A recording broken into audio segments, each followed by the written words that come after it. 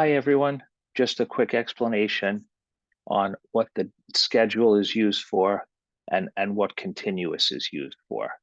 So let's say we load in the ISS. And the ISS is going to be doing slow scan TV images. So what you can do is you can pick the VU imaging transponder. And then what you can do is you can come over here and you can hit continuous. What that will do is every pass for the ISS will track throughout the day or throughout the night, load that transponder, and get you those slow scan TV images.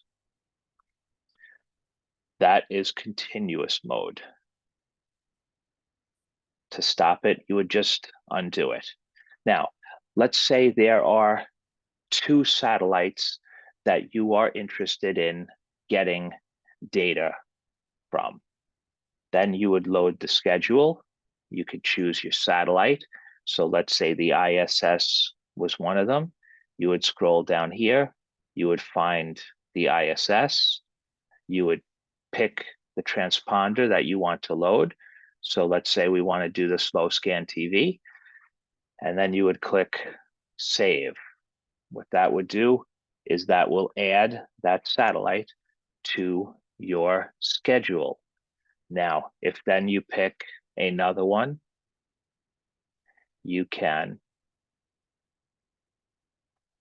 click add, save it and click add sat. Now, we're going to add another one. So let's say the, let's see which one we can use. I'll just pick any one for now. Let's say we go with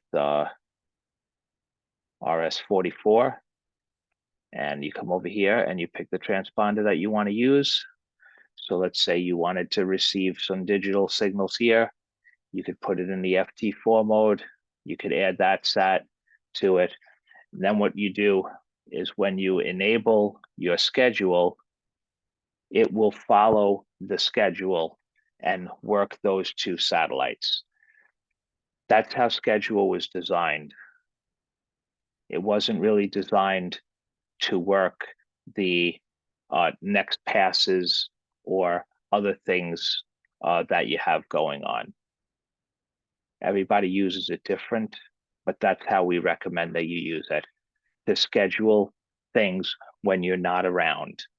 If you're going to just be working while you're sitting there, we recommend that you use the next passes and you click on the next pass for the satellite that you want to work.